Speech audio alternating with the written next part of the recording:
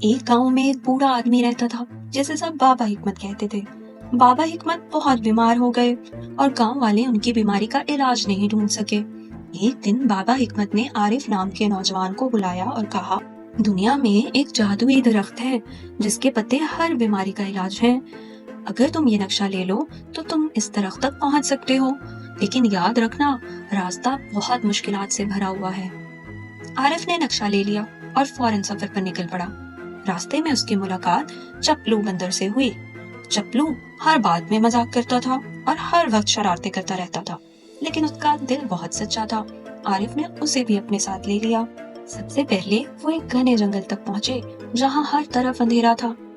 عارف نے کہا، یہاں تو کچھ نظر ہی نہیں آ رہا چپلو بھائی۔ اور چپلو نے ہنس کر کہا، ارے بھائی اپنی آنکھیں تو کھولو۔ عارف شرمندہ سا ہو گیا۔ عارف اور چپلو نے جنگل کا پورا راستہ طے کر لیا۔ اس کے بعد وہ ایک دریا تک پہنچے، لیکن دریا پر نہ کوئی پل تھا اور نہ ہی اس کے پاس کوئی کشتی کھڑی تھی۔ عارف پریشان ہو گیا، لیکن چپلو فوراً دریا میں کود گیا اور کود کر بولا کہ آؤ چلو میں تمہیں دریا پار کرواتا ہوں۔ عارف نے شک کی نگاہوں سے اسے دیکھا اور پوچھا کہ تمہیں خود تیرنا بھی آتا ہے یا نہیں؟ چپلو ہنس کر بولا کہ میں تو مذاق کر رہا تھا، وہ دیکھو اس درخت کے تنے کو استعمال کر کر ہم دریا کو پار کر سکتے ہیں۔ اس کے بعد وہ ایک صحرا میں پہنچے جہاں سورج آگ برسا رہا تھا۔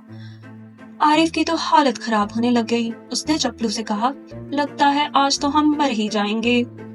چپلو نے ہنس کر کہا، مرنے سے پہلے کچھ کھا ضرور لیتے ہیں۔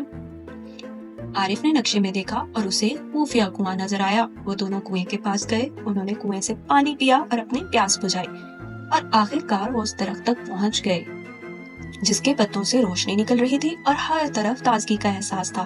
جیسے ہی وہ درخت کے پاس پہنچے، چپلو نے ایک پتا توڑا اور کھانے لگ گیا۔ عارف نے اسے ڈانٹ کر کہا کہ یہ پتے بیماری کے علاج کے لیے ہیں، نہ کہ تمہارے پیٹ کی بھوک مٹانے کے لیے۔ چپلو نے برا سا منہ بنایا اور وہ دونوں ہنستے ہوئے کہاں پہنچ گئے۔ بابا حکمت نے عارف سے کہا کہ یہ راز ہمیشہ انسانیت کی بھلائی کے لیے استعمال کرنا۔ تم نے بہت قابلیت سے تمام راستہ طے کیا اور چپلو نے بھی تمہاری مدد کی۔